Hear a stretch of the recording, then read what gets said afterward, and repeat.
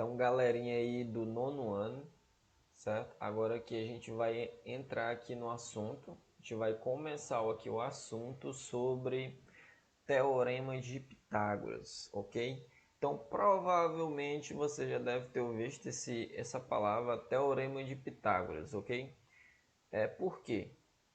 Todo aluno do nono ano, quando ele começa a ver esse assunto Teorema de Pitágoras, você já deve ter visto falar de algum aluno que já foi do nono ano, algum aluno que já foi do primeiro ano, do segundo ano e do terceiro ano, ok? O Teorema de Pitágoras, pessoal, ele é parecido, assim, entre aspas, com a equação do segundo grau. Por quê? A equação polinomial do segundo grau e Teorema de Pitágoras são dois assuntos que você vão ver no nono ano, no primeiro ano, no segundo ano, terceiro ano. Então são assuntos e que vai estar dentro de outro assunto.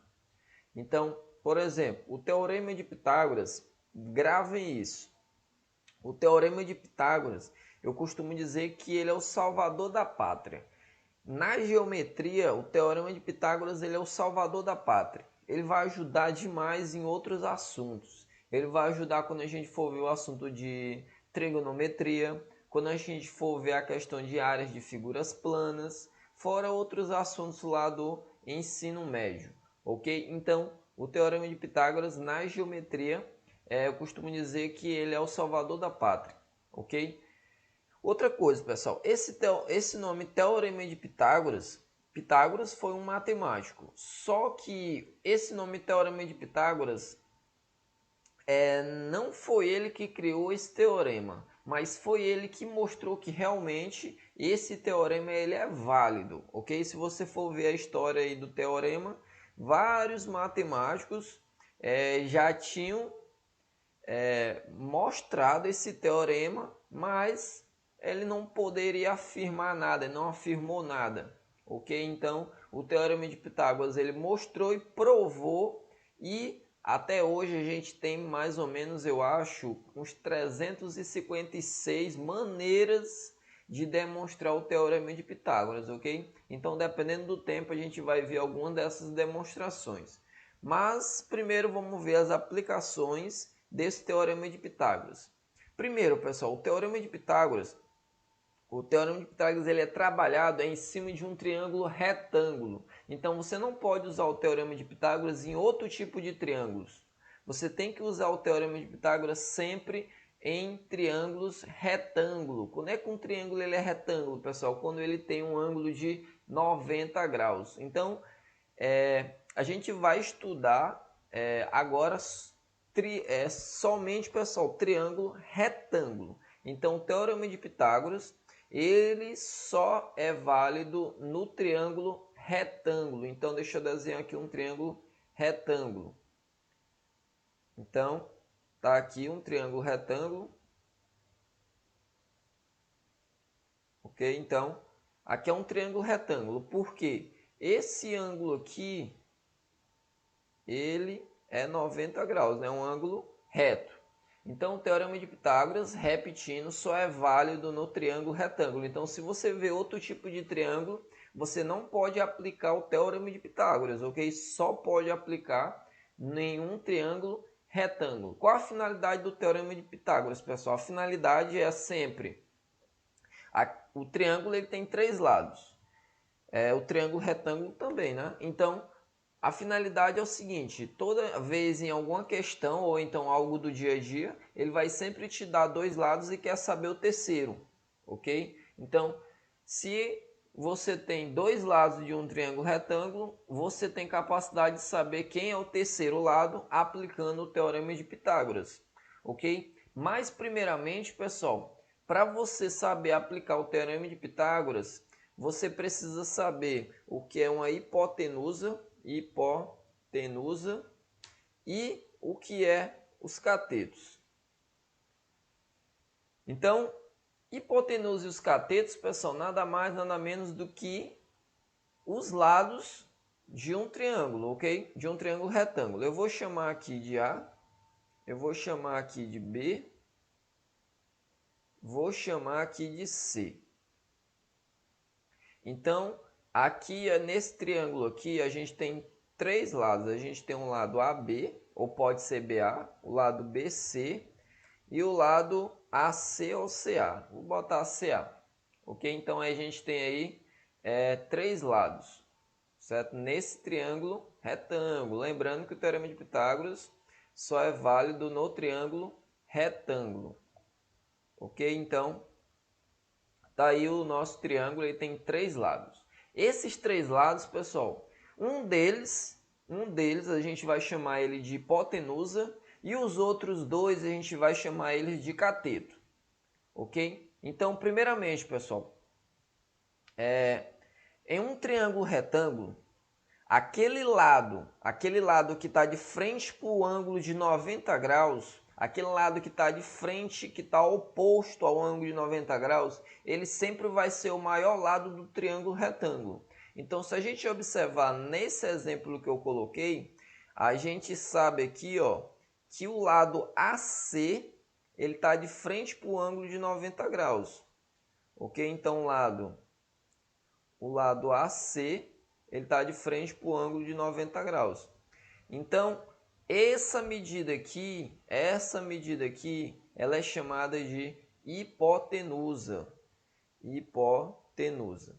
Então, o maior lado de um triângulo retângulo, que é aquele lado que está de frente para o ângulo de 90 graus, nesse caso aqui é a medida AC, ela é chamada de hipotenusa. Então, em um triângulo retângulo, aquele lado que está de frente para o ângulo de 90 graus, ele é chamado de hipotenusa. Então, se o lado AC é hipotenusa, quer dizer que o lado BC aqui é cateto e o lado BA também é chamado de cateto. Então, essas palavrinhas também vocês vão ver muito no ensino básico, certo? Hipotenusa e cateto, repetindo no nono ano, primeiro ano, segundo ano, terceiro ano e assim por diante.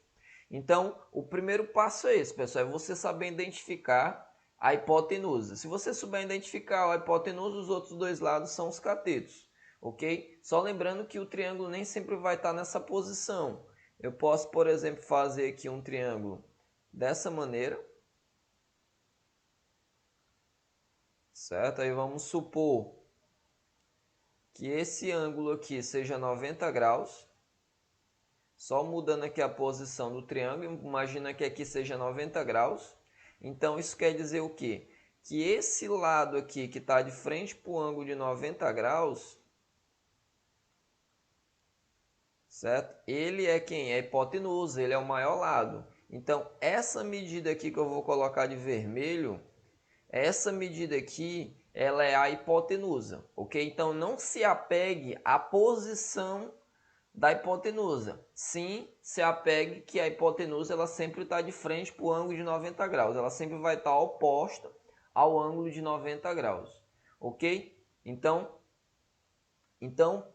se você, o primeiro passo é esse, pessoal, é você saber quem é o lado que eu posso chamar de hipotenusa. Então, o lado que eu posso chamar de hipotenusa é aquele lado que está de frente para o ângulo de 90 graus. Ok? Pessoal, só para vocês terem mais ou menos uma base, antigamente no Egito eles calcularam a altura de uma pirâmide através do Teorema de Pitágoras. Eles calcularam a altura de uma pirâmide através de quê? De semelhança de triângulo. Então, essa parte de geometria, a maioria delas aí foi estudada mesmo lá no Egito e trouxeram aqui para nós, ok? Que é necessário. Então vamos lá, nesse exemplo aqui, a hipotenusa é o AB, é o segmento AB. E os catetos é o BC e o AB. Ou desculpa, a hipotenusa aqui não é AB, pessoal. Desculpa. A hipotenusa aqui é o AC, que é o lado que está de frente para o ângulo de 90 graus. E os catetos é o que? O AB e o BC, ok? Então, espero que até aí esteja entendido, ok? Por enquanto, pessoal, não falei ainda sobre o teorema, mas eu preciso saber, vocês precisam saber quem é hipotenusa e quem é chamado de cateto, ok? Então, um triângulo retângulo tem três lados, sendo um deles chamado de hipotenusa e dois deles chamado de catetos, ok? Então vamos lá, continuando. Agora, pessoal, o que eu posso dizer desses lados? O que eu posso afirmar deles? Então, o que o nosso teorema diz? Ele diz o seguinte, que se você pegar esse lado que é chamado de hipotenusa, você elevar ele ao quadrado. Então, se você pegar a hipotenusa ao quadrado, vai ser igual ao quê? Vai ser igual, se você pegar o cateto, um dos catetos aí ao quadrado, e somar com outro cateto, com outro lado, que a gente também chama de cateto, e elevar ao quadrado. Então, isso aqui é válido. Então, o que o Teorema de Pitágoras diz, pessoal? Que a hipotenusa, a medida, deixa eu crescer aqui, a medida da hipotenusa ao quadrado, certo? Elevado a 2, é igual, sempre é igual à soma das medidas dos quadrados dos catetos, dos dois catetos, ok? Então, a hipotenusa ao quadrado é igual à soma do quadrado dos catetos, ok? Então, essa frase vocês vão ouvir falar muito. A hipotenusa ao quadrado é igual à soma do quadrado dos catetos, ok? Então, isso aqui é válido. Vamos aqui para um exemplo. Então, vamos lá, pessoal. Um exemplo aqui, bem básico. Um exemplozinho aí. Então, quando a gente fala de Teorema de Pitágoras, pessoal, a primeira coisa que você tem que identificar, quem é a hipotenusa? A hipotenusa é o x, que é o que ele quer. A hipotenusa é o 13. A hipotenusa é o 12. Então, você precisa saber isso. Eu falei agora há pouco que a hipotenusa, ela sempre está de frente para o ângulo de 90 graus. Então, nesse caso aqui, a hipotenusa vai ser quem? Vai ser o 13. Então, isso aqui é a hipotenusa. Certo? Vou chamar de IP. Se o 13 é hipotenusa, então aqui é cateto e aqui também é cateto. Só lembrando, pessoal, que os catetos não importa a ordem. Agora, a hipotenusa, ela sempre fica antes da igualdade, certo? Sempre do lado esquerdo da igualdade, como a gente pode ver. Agora, os catetos, você pode mudar a ordem. Agora, a hipotenusa, ela sempre fica do lado esquerdo, ok? Então, vamos lá. Como diz aqui o teorema, a hipotenusa ao quadrado, então você pega aqui 13 ao quadrado, 13 ao quadrado, é igual à soma do quadrado dos catetos. Agora, nesse caso aqui, você pode botar o x primeiro ou você pode botar o 12 primeiro. Eu vou botar primeiro aqui o x, certo? Por quê, professor? Porque eu quero. Certo? Aí você pode botar, aí, se quiser, o 12 primeiro, certo? Nesse caso aqui, o computador é meu e aí o de vocês, então vocês que escolhem. Então, e 12 ao quadrado. Pronto. Quanto é 13 ao quadrado, meu amigo? É 13 vezes 13, que é 169. Isso aqui é igual a x ao quadrado.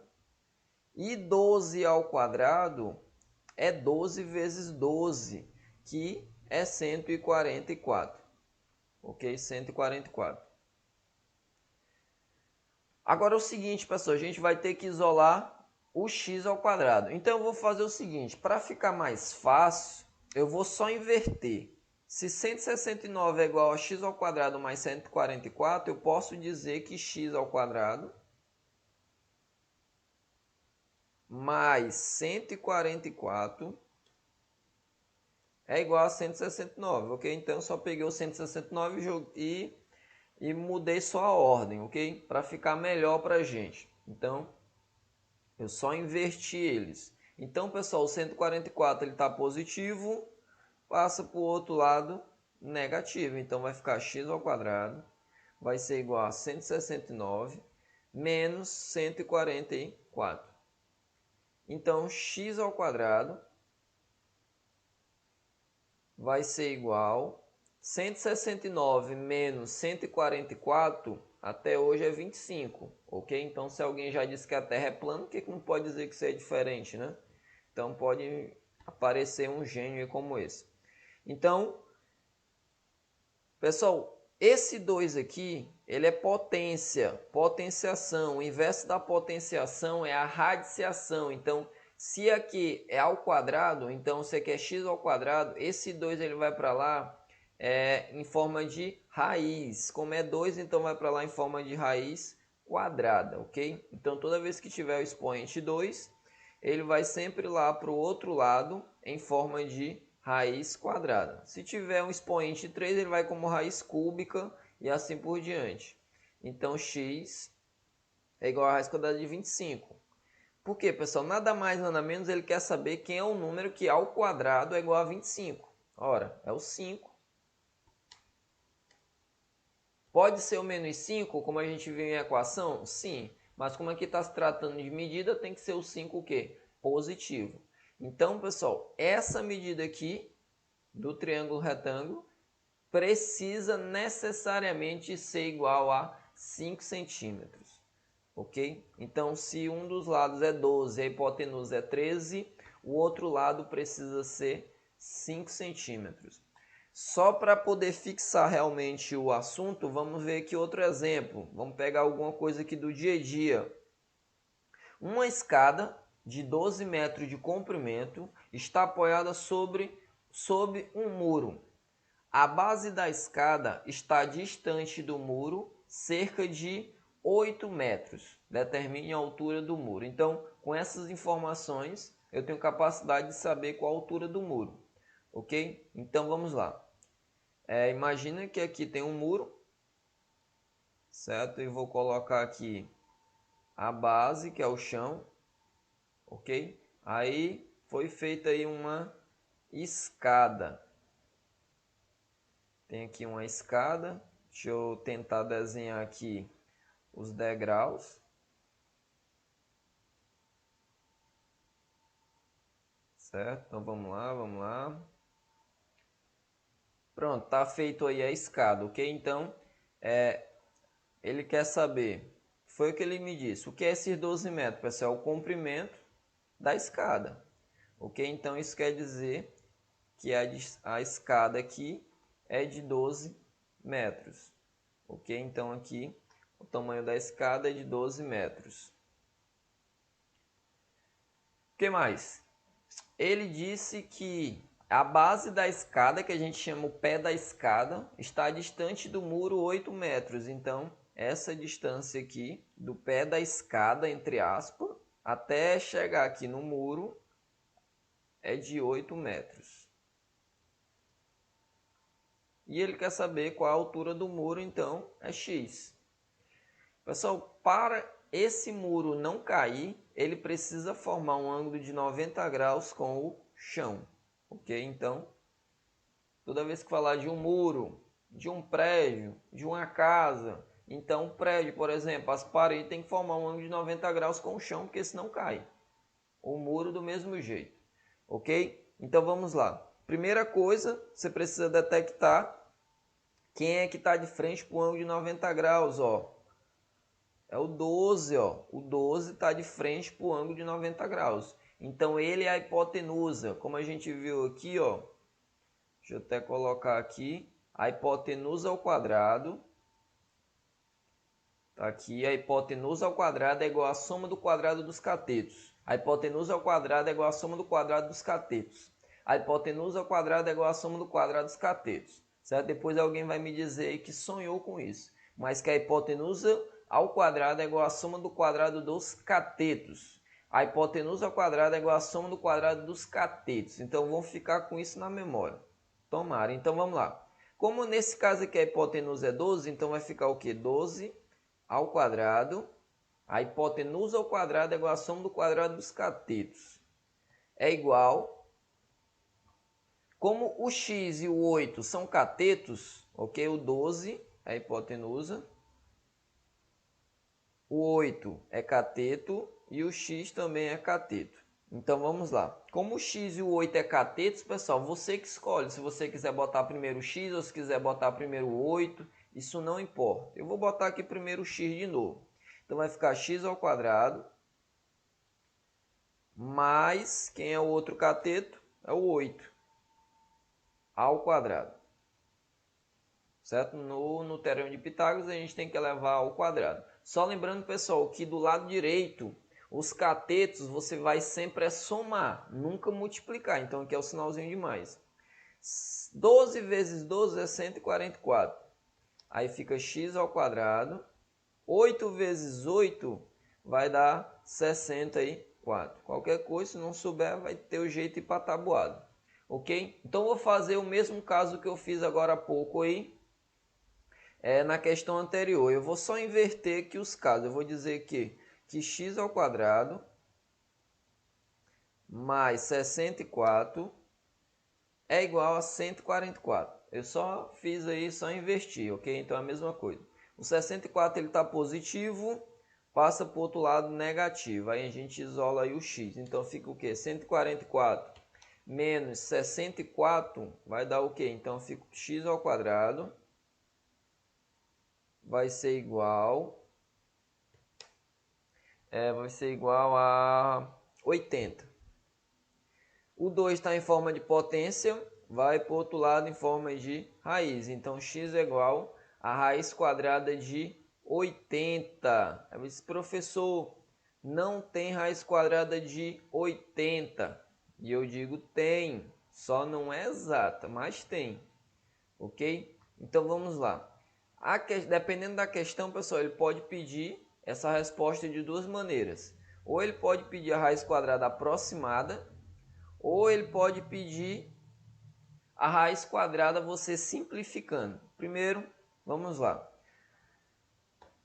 Se a questão tiver, vamos supor, questão de marcar, né? Então vai depender das alternativas. Se a questão pedir o valor aproximado, então é o seguinte, a raiz quadrada de 80...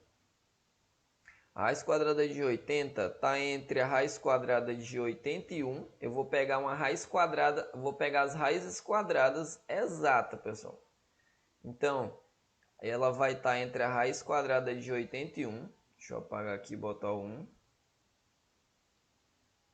Entre a raiz quadrada de 81 e um número que tem raiz quadrada exata antes do 81 só vai ser o 64. Então, deixa eu botar aqui e apagar o 80 e botar o 64. Se a gente observar, pessoal, o 80 ele está bem próximo do 81, não é isso? Então, vamos lá. A raiz quadrada de 64 é 8 e a raiz quadrada de 81 é 9. Como o 80, pessoal, está bem próximo do 81, então a raiz quadrada de 80 também vai estar bem próximo da raiz quadrada de 81. Então, a raiz quadrada de 80 vai ser aproximadamente 8,9, certo? Então, vai dar 8,9 alguma coisa, porque é um número irracional. Então, vai dar um número infinito, mas não é uma dízima periódica, pessoal, porque esses números eles não vão estar se repetindo periodicamente. Então, vamos lá. Então, vai dar mais ou menos 8,9 metros. Então, a altura desse muro é de aproximadamente 8,9 metros. Quase 9 metros, ok? Mas a questão também não pode ser que ela não peça raiz quadrada aproximada. Principalmente, pessoal, num teste do IFP, IFMA, vamos supor, por exemplo, aí no teste aí do CMT, eles dificilmente colocam aí, CMT que eu digo para os que vão entrar, né? Que vão entrar para o ensino médio. Então, eles dificilmente vão colocar a raiz quadrada aproximada. Eles colocam mesmo por simplificação de raízes, foi o que a gente viu no assunto passado. Então, a primeira coisa que a gente faz, a gente vai decompor o 80 em números primos. O 80 dá para dividir por 2, certo? Faz tempo que você faz isso aqui, né? Que vai dar 40, divide por 2, que vai dar 20, divide por 2, que vai dar 10, divide por 2, que vai dar 5, e o 5 só dá para dividir por ele mesmo, que vai dar 1. Como aqui é uma raiz quadrada, pessoal, então a gente vai agrupar esses números de 2 a 2. Eu posso pegar esse com esse, eu posso pegar esse com esse. E o 5, como não forma par com ninguém, ele vai ficar sozinho, não é isso? Então, vamos lá. No lugar do 80, a gente vai colocar esses números aí que a gente decompôs, não foi? Então, vamos lá. Então, vai ficar... Como aqui tem dois pares de 2, então vai ficar 2 elevado a 2. Certo? 2 elevado a 2, eu vou já colocar. Vezes 2 elevado a 2 vezes 5. Então, eu vou colocar o 2 em cima do 2, porque ele formou par duas vezes. Então, 2 elevado a 2 vezes 2 elevado a 2 vezes 5. Como o 5 está só, então ele não tem um expoente 2. E a gente viu que esses números que têm um expoente 2, eles saem da raiz. Então, fica 2 vezes 2, saem da raiz sem o expoente, né? Porque o expoente vai cortar com a raiz. Vezes raiz quadrada de 5. Então, o 5, eu vou só apagar aqui, porque eu fiz o Ctrl+V, Ctrl+V. Ctrl+C, Ctrl+V, desculpa. Então, eu vou colocar só o 5 dentro da raiz, porque ele não formou par com ninguém. Então, a resposta é 4 vezes a raiz quadrada de 5. Então, essa é a resposta final, ok? Então, a resposta seria 4 vezes a raiz quadrada de 5. Ou então, mais ou menos 8,9. Então, pode ser, pessoal, uma dessas duas respostas. Aqui é por aproximação e aqui é por simplificação de raízes, que foi o assunto que a gente já viu. Por isso que eu falei lá que a gente ia precisar dele. Ok? Então, espero que vocês tenham entendido o assunto bastante importante. Um abraço aí para vocês e espero vocês aí na nossa atividadezinha de classe, ok? Então, um abraço. Pessoal, o que me deixa, só para finalizar, o que me deixa incentivado a fazer isso, pessoal, essas videoaulas, essas atividades, são vocês. Vocês quem? Vocês que assistem um vídeo até o final, vocês que realmente estão lutando para aprender, ok? Então, esses alunos aí merecem meu aplauso, merecem meus parabéns. Então, se numa turma de 40 alunos, se tiver 3, 4 alunos querendo realmente, tá se esforçando realmente, para mim basta. Até só um, para mim basta. Ok? Como eu já falei para muitos aí nas aulas presenciais.